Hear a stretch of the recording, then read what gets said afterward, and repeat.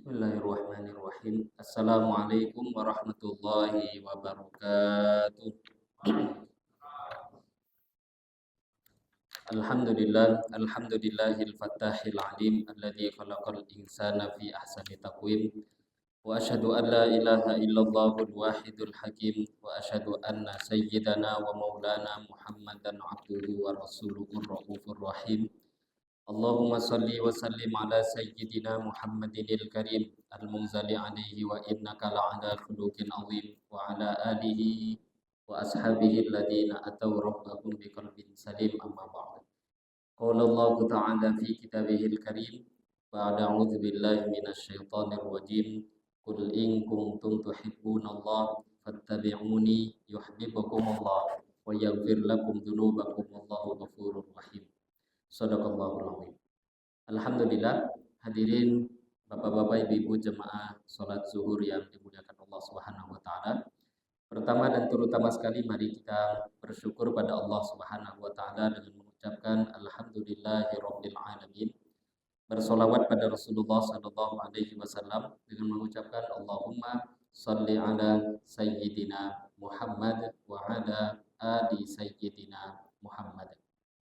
Hadirin Bapak Ibu jemaah salat zuhur yang dimuliakan Allah. Syukur kita pada Allah, siang hari ini Allah masih memberikan begitu banyak anugerah karunia pada kita. Terutama Allah masih memberikan taufik pertolongan pada kita untuk bisa taat kepada Allah, melaksanakan amal ibadah, terutama sholat zuhur dengan cara berjamaah. Dan taufik tambahan lagi, Allah beri taufik kita duduk di tempat yang mulia ini untuk duduk sebentar, sejenak mengkaji beberapa pembahasan yang terutama di siang hari ini kita akan lanjutkan mengkaji pembahasan dari kitab Taqriratus Sadidah fil Masailil Mufidah, kitab fikih terutama pembahasan ibadah yang kita mulai dari awal yaitu pembahasan thaharah. Hadirin wal hadirat Bapak Ibu yang dimuliakan Allah, untuk menyingkat waktu kita akan langsung melanjutkan kajian kita yaitu pembahasan tentang babul ma, bab pembahasan tentang air. Air ini memang dibahas permulaan bab toharoh karena memang hampir mayoritas bersuci 90% lebih, bahkan 95% itu alat yang paling banyak digunakan adalah air. Dan selain air juga ada alat bersuci sudah kita bahas, diantaranya debu atau tanah itu bisa juga untuk bersuci, atau dabyau. Dabyau itu menyamak kulit apapun selain anjing babi bisa disucikan, bisa dimanfaatkan. Nah, cara mensucikannya disamak. Nah, menyamak itu salah satu cara mensucikan. Yang selain air juga hajarul istinja. Selain air yang bisa digunakan untuk bersuci adalah batu-batu istinja atau benda-benda yang memiliki kedudukan seperti batu. Zaman sekarang ya tisu. Jadi bukan hanya air, selain air juga ada, tapi air ini hampir mendominasi 95%. Bahkan banyak di antara kita yang seumur hidup yang belum pernah tayamum pakai debu tanah, ada yang belum pernah pakai batu, jangankan batu, tisu aja kadang ada yang belum pernah pakai. Nah, ada selain air, tapi air ini yang mendominasi. Maka pembahasan air sudah kita bahas, perlu kita tahu sebelum menggunakan air, air itu ada pembahagiannya Bapak Ibu ketika kita ingin menggunakannya menjadi alat bersuci. Air itu terbagi, bisa dibagi menjadi 4 atau 3, tergantung pembahagian. Kalau sebahagian ulama membagi jadi 4, nah biasanya yang nomor 1 itu dibagi 2. Ada yang membagi menjadi 3. Nah, kita kemarin sudah membahas air terbagi menjadi 4, ya sebagian ulama mengatakan 3. 3 pembahasan air sudah kita bahas. Ada namanya air suci, mensucikan. Suci dan mensucikan tidak makruh. Itu air yang memang semula jadi Allah ciptakan. Air hujan, air embun, air es, salju, itu yang dari atas. Yang dari bumi yang mata air, air laut, air sungai, nah itu yang dari air sumur, yang dari bawah. Ini namanya suci, mensucikan tidak makruh. Yang kedua, suci mensucikan, dia suci Bisa juga dipakai bersuci, mensucikan, tapi makruh. Nah, contohnya sudah kita bahas, di antaranya air musyammas, air yang dipanaskan oleh matahari dengan syarat-syaratnya. Itu sudah kita bahas. Yang ketiga, ada air namanya suci tapi tidak mensucikan. Dia suci, tapi dipakai bersuci sudah nggak bisa. Contohnya air mustakmal. Dan ini sudah kita bahas juga. Air yang sudah digunakan untuk membasuh yang fardu itu mustakmal. Basuhan pertama membasuh wajah ketika wudhu, basuhan pertama ketika membasuh tangan dalam wudhu, bekas mandi wajib. Yang penting yang wajib itu jadi mustakmal. Kemudian contoh air yang suci tidak mensucikan yaitu air yang suci berubah karena kemasukan benda yang suci. Air suci berubah warna karena kemasukan benda yang suci. Ya contoh kemasukan teh, kemasukan kopi. Aslinya kan bisa dipakai wudhu, tapi sudah dimasukkan teh ke dalam sini. Nah, berubah jadi air teh. Dimasukkan kopi, berubah jadi air kopi. Ini hukumnya apa? Suci, tapi tidak bisa mensucikan. Namanya air yang kemasukan benda suci dan merubah air tersebut. Kalau kemasukan benda najis, lain bab. Jadi syaratnya dia suci, tentu kemasukan benda suci. Sudah 3 air nih kita bahas. Ini air yang terakhir, yaitu yang keempat atau yang ketiga. Kalau 3 pembahagiannya, nomor 1, 2 dijadikan 1. Pembahagian air yang keempat adalah al-ma'un najis awil mutanajis, yaitu air yang najis atau bisa dinamakan juga mutanajis. Bisa dikatakan najis atau mutanajis, itu sama saja. Apa itu air najis? Wa huwa allati najusa li wuqu'in najasati fihi, yaitu air yang najis karena kemasukan benda najis ke dalamnya. Ya aslinya dia nggak najis, tapi kemasukan najis ke dalam air tersebut. Maka akhirnya dia berubah menjadi air najis atau mutanajis. Sekarang ada beberapa pembahasan.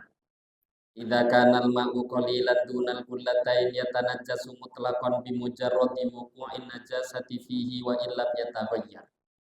Pembahasan pertama yang perlu kita pahami, pembahasan air yang berkaitan dalam bab najis ini, yaitu yang pertama, air itu Bapak Ibu, kalau jumlah kadar air itu kurang dari 2 kullah.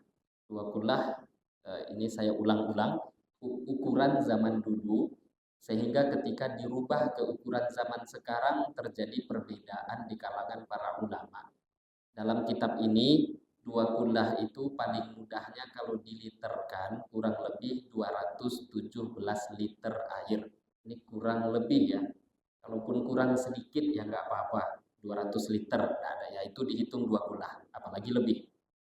Karena dalam beberapa kitab nanti ada yang mengatakan 198 liter. Ya nggak usah bingung, karena ulama semuanya bukan menggunakan bahasa paten, tapi takribian, kurang lebih. Jadi 217 liter kurang lebih. Itu ukuran 2 kullah. Nah sekarang, kalau air jumlahnya itu kurang dari 2 kullah, kurang dari 200-an liter, kurang dari 217 liter atau dari 200 liter. Kemudian kemasukan najis, masuk najis ke dalamnya. Dan dia kurang dari 2 kullah. Maka air tadi mutlak langsung berubah menjadi dihukumi air najis walaupun tidak berubah. Berubah itu dari 3 perkara, ini pun harus hafal. Berubah warna, rasa, atau bau. Jadi air itu tadi ada pembahagian jadi 4, ini dari segi penggunaan. Kan kita bahas sekarang air terbagi 4, ini dari segi digunakan untuk bersuci, pembahagiannya 4. Tapi air itu kalau dibagi banyak dan sedikit, maka definisinya air banyak itu kalau lebih dari 2 kullah. Kalau kurang dari 2 kullah, maka dia dianggap sedikit. Jadi masuk WC, ada air 1 ember, itu sedikit dalam hitungan fikih. Ada tangki air 500 liter, itu air banyak secara definisi fikih. maka banyak sedikit ada efek. Kok dia banyak, maknanya lebih dari 2 kulah, lebih dari 217 liter, kemasukan najis. Asal lebih dari 2 kulah, selagi tidak berubah warna, bau, atau rasa. Salah satu. Nggak berubah. Kemasukan najis ke dalam dan tidak berubah 3 perkara ini, maka air itu tetap dihukumi suci mensucikan. Tapi kalau berubah, walaupun banyak, bermasalah. Apalagi sedikit. Sedikit itu kalau kurang dari 2 kulah, itu definisinya sedikit.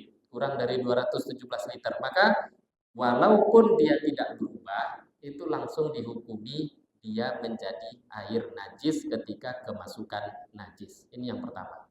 Yang kedua, idza kana al-ma'u katsiran kullatain fa aktsar fala yatanajjas illa idza taghayyara launuhu aw ta'muhu aw rihuhu walau taghayyuran yasiran. Ini yang kedua juga sudah langsung dibahas tadi.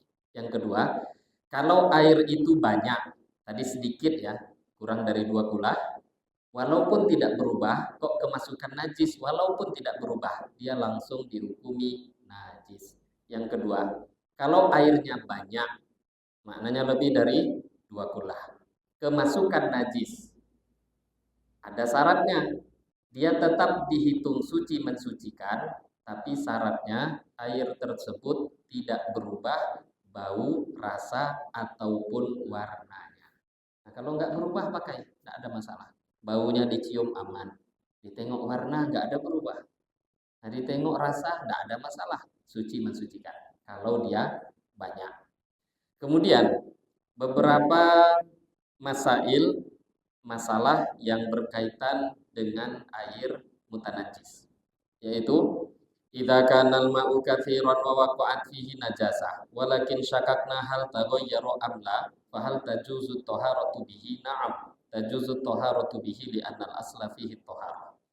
Kalau ada air yang banyak, berarti 2 kulah lebih dari 200 liter. Kemudian masuk najis ke dalamnya. Ketika masuk najis ke dalamnya, kita ragu ini berubah atau tidak. Nah, ini kan ada permasalahan. Kalau tadi yang kita bahas berarti nggak ada keraguan, dia bisa memberikan satu hukum, bisa tahu berubah atau tidak. Nah, ini airnya banyak, kemasukan najisnya jelas, tapi dia ragu, berubah nggak ya? Entah warnanya, entah baunya, entah rasanya. Nah, ketika kondisi seperti ini, apa hukum air tersebut? Hukumnya adalah tetap dihukumi suci. Kenapa? Karena hukum aslinya memang suci. Najis itu hukum ragu. Dalam fikih itu yakin itu lebih didahulukan daripada ragu. Maka fikih itu Bapak Ibu, nggak boleh kita menghukumi hal-hal yang nggak jelas. Contoh masuk WC, ada ember, tahu-tahu kita langsung memvonis ini air kayaknya najis, kemungkinan ada cipratan masuk ke dalam, kita buang, ini salah. Kenapa dia orang seperti ini salah? Dia menghukumi satu hal yang dia nggak tahu. Najis itu mesti tahu, nampak, jelas, dia tahu. Kalau nggak tahu, itu namanya ragu. Ragu itu penyakit, was-was. Nah, di sini makanya perlu dibahas para ulama untuk memahamkan orang yang jangan was-was, yang penyakit was-was itu dibuang. Jadi kan ini termasuk was-was ini. Akhirnya jelas banyaknya. Kalau sudah banyak itu punya kekuatan hebat. Nabi bersabda, "Innal ma'a tahurun la yunajjisuhu syai'. Idza balagha ma' kullatai lam yahmalil khabath." Kata Nabi, air itu, ini hadisnya sahih. Kalau sudah sampai 2 kulah atau lebih dari 200 liter tadi, 12-17 liter, air kalau sudah sampai kadarnya 2 kulah, lam yahmalil khabath, najis gak membahayakan, kata Nabi. Nah, sekarang sudah dia kuat itu 2 kulah, 200 liter lebih. Masuk najis, cuma ragu berubah atau enggak, maka tetap dihukumi suci. Karena jelas dia kuat, Nabi katakan suci, cuma dia ragu ini najis atau enggak. Lah ragu enggak usah diikuti. Hukumnya tetap suci. Beda kalau dia yakin berubah. Nah, kalau yakin beda lagi Bapak Ibu. Ini nampak nih warnanya berubah, nampak baunya, rasanya berubah terasa, warnanya berubah, yaitu bukan ragu namanya, yakin yakin itu. Kalau yakin dihukumi najis. Permasalahan kedua, idza kana al-ma'u katsiran wa taghayyara walakin syakakna hal at-taghayyur bi tahir am bi najasin fama hukmuhu nahkumu bi taharatihi li anna al-asla fil ma'i taharah. Ini mirip tapi beda kasus. Air juga banyak, maknanya lebih dari 2 kulah, 200 liter lebih. Tahu-tahu air itu berubah. Nah, cuma dia ragu. Ini berubahnya karena benda najis atau kemasukan benda suci. Dia ragu ini. Berubahnya jelas. Cuma berubahnya dia ragukan benda suci atau benda najis. Apa hukum air ini? Tetap dihukumi suci. Mirip-mirip. Karena tadi yakin itu tidak bisa dikalahkan oleh ragu dalam hukum fikih. Maka orang kalau punya hukum belajar ilmu fikih, sebenarnya dia nggak bisa lagi was-was. Kalau was-was itu berarti belajarnya salah. Belajarnya keliru. Yang ketiga, kasus dalam masalah air mutanajis. Idza kana al-ma'u katsiran wa taghayyara bi najasin tsumma ba'da fatratin syakakna hal zalat taghayyur amla. Famal hukmu nahkumu bi najasatihi bi anna tahaqqaqna najasah. Ini kasus yang ketiga, air banyak. Berarti 2 kulah lebih. 200 liter lebih. Kemudian yakin bahwa air itu telah berubah dikarenakan masuknya benda najis dan berubah. Nah, berarti dia punya satu masalah, air ini masuk benda najis dan merubah air, tapi jumlahnya 2 kulah. Setelah beberapa lama, dia biarkan air itu 3 hari, 1 minggu, 1 bulan, 2 bulan, melewati masa. Nah, udah 2 bulan ini air, dia ragu. Ini air ini sudah hilang belum sifat yang merusak tadi? Karena kan jumlahnya 2 kulah ini. Karena secara hukum fikih nanti akan kita bahas kalau panjang waktu, termasuk cara mensucikan air mutanajis itu didiamkan Bapak Ibu. Kalau ada air 1 tangki 500 liter, tahu-tahu berbaunya ada bau seperti karena kemasukan bangkai, ada bau bangkainya sedikit. Nah, kalau seumpama dibiarkan itu air 500 liter dalam tangki 1 bulan dibiarkan, tahu-tahu berubah, maknanya berubah, hilang bau bangkai itu, apa hukum air tersebut? Suci kembali. Jadi air itu kalau sudah 2 kulah lebih itu kuat gitu. Apalagi kalau airnya 1 bak, apalagi kalau 1 kolam, apalagi kalau 1 laut. Nah, itu udah lain. Jadi air itu kalau banyak dia punya kekuatan. Nah, sekarang air jelas banyak, lebih dari 2 kulah. Anggap tadi 15 liter, 500 liter. Kemasukan najis dan jelas masuk najisnya. Cuma dalam beberapa masa, 1 bulan, 2 bulan, dia ragu. Sudah hilang belum? Apa hukum air ini? Bau rasa warnanya hilang belum? Maka terjadi ikhtilaf dalam mazhab Syafi'i sendiri. Terjadi ikhtilaf. Sebahagian ulama tetap menghukumi najis, sebahagian lagi menghukumi suci. Nah, ini ikhtilafnya enggak sembarangan. Menurut Al-Imam Ibnu Hajar Al-Haytami, kata beliau, hukumnya tetap najis. Menurut Al-Imam Romli, levelnya sama, ulamanya sama-sama hebat nih. Menurut Imam Romli, air itu dihukumi suci. Nah, jadi kalau ditanya dalam satu permasalahan atau dalam satu masalah, ditanya Ustadz, ada kasus airnya yang seperti pertanyaan tadi, apa hukumnya? Air itu dihukumi apa? Ulama beda pendapat. Ada yang menghukumi suci, ada yang menghukumi najis. Nah, karena dia ragu. Coba kalau sudah jelas hilangnya, jelas suci. Nah, ini beberapa permasalahan mengenai air mutanajis. Kemudian Bapak Ibu, kita perlu tahu ada beberapa najis-najis yang ma'fu. Ma'fu itu bahasa Arab, kalau bahasa kita mirip-mirip, dimaafkan. Ada najis, dia najis tapi dimaafkan.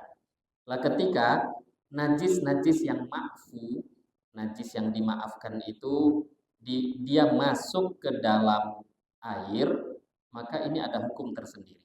Dia najis tapi ma'fu.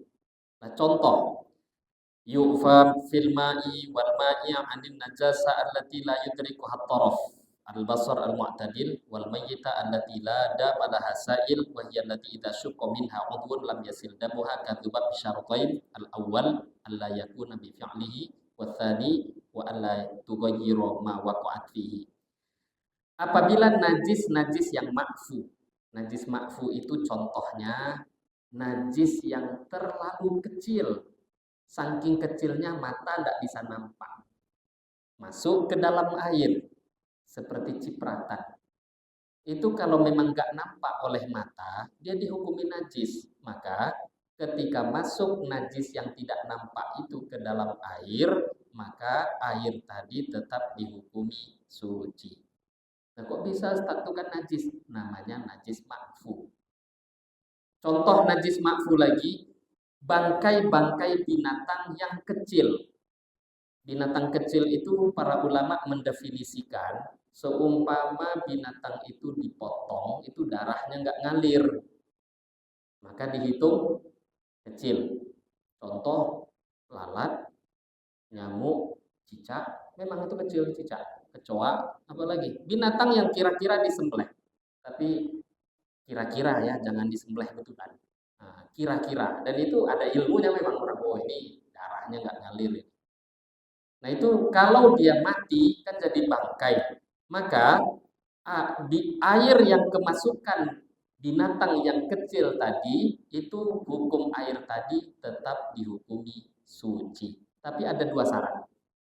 Tetap dihukumi suci, ada dua syarat. Yang pertama, syaratnya kita tidak ada unsur kesengajaan memasukkan najis yang makfu tadi ke dalam air. Kalau ada unsur kesengajaan, maka tidak dimaafkan. Contoh, ini ada air minum, ada bangkai lalat. Diambilnya bangkai lalat, masukkannya ke air minum. Nah, itu nggak dimaafkan. Jadi, betul-betul tidak disengaja. Ini syarat pertama, karena memang aslinya najis, Bapak Ibu. Aslinya itu najis, cuma dimaafkan. Nah sekarang mentang-mentang dimaafkan, dibuatnya dengan sengaja, maka tidak dimaafkan. Yang kedua, syarat air itu tetap dihukumi suci karena kemasukan najis yang makfu. Syarat yang kedua, air yang kemasukan najis yang makfu tadi tidak berubah. Berubah itu mesti dari tiga ya, bau, rasa, warna. Kalau dia kemasukan bangkai cicak, kemudian dalam ember tadi dikeluarkan cicak, kok airnya langsung bau bangkai, dihukumi najis. Jadi syaratnya nggak berubah ya, baik bau, rasa, warna. Kalau ketika dikeluarkan nggak ada perubahan, tetap dihukumi suci. Kok ada cicak, ada kecoa dikeluarkan, ada masalah dikeluarkan apa binatang-binatang kecil tadi, maka kok nggak berubah bau, rasa, warna, maka dia dihukumi suci. Nah ini diantara beberapa pembahasan air. Ada masih beberapa pembahasan lagi, tapi saya kira cukup, sudah 20 menit. Insya Allah waktu umur panjang 20 menit ini semoga berkah, bisa menambah ilmu kita diterapkan dalam kehidupan sehari-hari. Sebelum ditutup ada mungkin pertanyaan? Ini ada beberapa pembahasan kita sisakan untuk pertemuan yang akan datang. Silakan. Amin.